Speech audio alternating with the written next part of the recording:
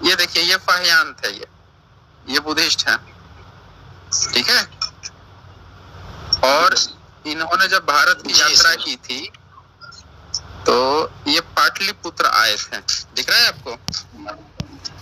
ये पाटलिपुत्र आए थे। हाँ सर, दिख रहा है। आज का जो पटना है वहां पे आए थे। तो यहाँ पे देखे उन्होंने क्या देखा था वो मैं आपको दिखाता हूँ।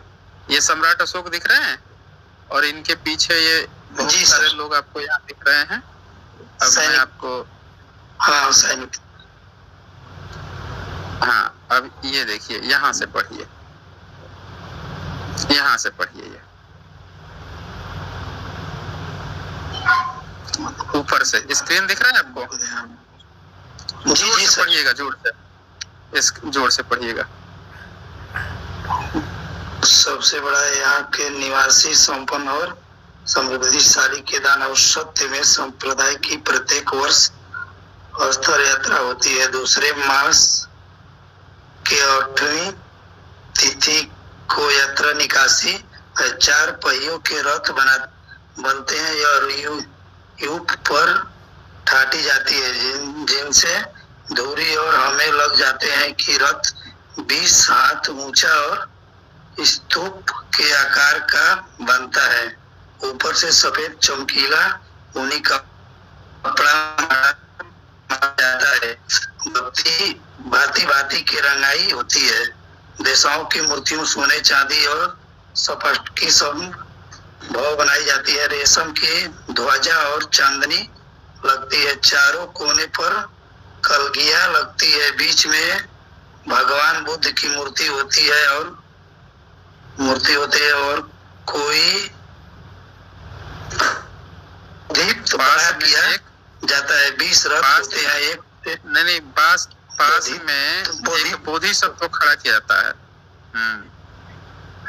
जी, किया जाता है। 20 रथ होते हैं। एक जी सर, एक सुंदर और भड़कीले सबके रंग न्यारे नियत दिन का आसपास के सांसाई पवित्र युवक और गृहक एकत्रित होते हैं। गाने बजाने वाले साथ के लेकर फूल और गंध से पूजा करते हैं। फिर ब्राह्मण आते हैं और भगवान, अब नहीं दिख रहा है सर, दिखा रहा हूँ। लेकिन उसके नीचे आप देखिए कि वहां लिखा था ना दूसरे मार्च, देखिए क्या लिखा है। अन्य अनुवादकों ने इसे प्रति वर्ष महीने की अष्टमी के दिन लिखा है। तो वो जो दूसरा मास वहाँ पे लिखा है, हाँ, चाइना में एक मास अधिक होता है। एक मास यानी चैत अष्टमी की बात चल रही है। अब ये देखिए क्या लिखते हैं आगे। ब्राह्मण आते हैं और बुध को, यहाँ से देखिए ऊपर क्या लिखा है, पधारने के लिए। हाँ देखिए, फिर ब्राह्मण आते हैं और भगवान, फाहियान की भारत यात्रा। आप ये देखिए, ध्यान से देखिए क्या लिखा है। फिर ब्राह्मण आते हैं और भगवान बुध को नगर में पधारने के लिए आमंत्रित करते हैं।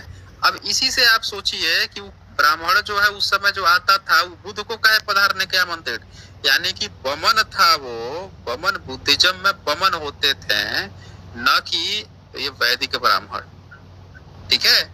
अब देखिए आगे क्या लिखता है। बारी बारी से नगर में प्रवेश करते हैं। इसमें 2 रातें बीत जाती हैं। तो मास के अष्टमी दिन, चैत शुक्ल अष्टमी दिन, और फिर अगले 2 दिन यानी अष्टमी और नवमी दोनों हो गया, 2 दिन बीत जाती है ना। जी सर, ठीक है। तो अष्टमी और नवमी के दिन किसका जुलूस निकल रहा है? बुध का।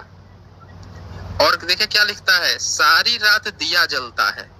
दिया जलाने की बात किया है। सोचिए 4वीं-5वीं सदी में बुद्धिस्ट लोग सारी रात दिया जलाते थे।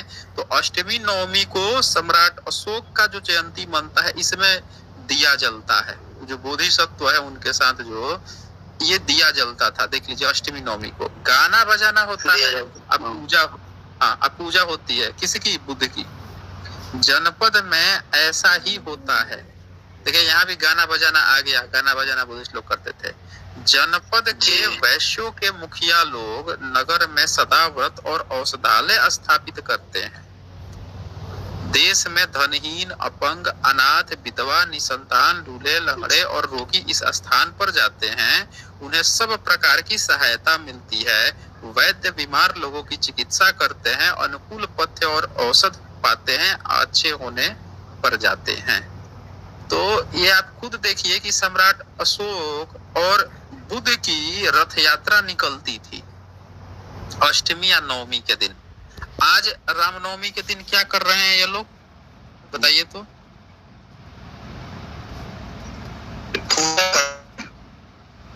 हाँ, आपकी साउंड कट रही है।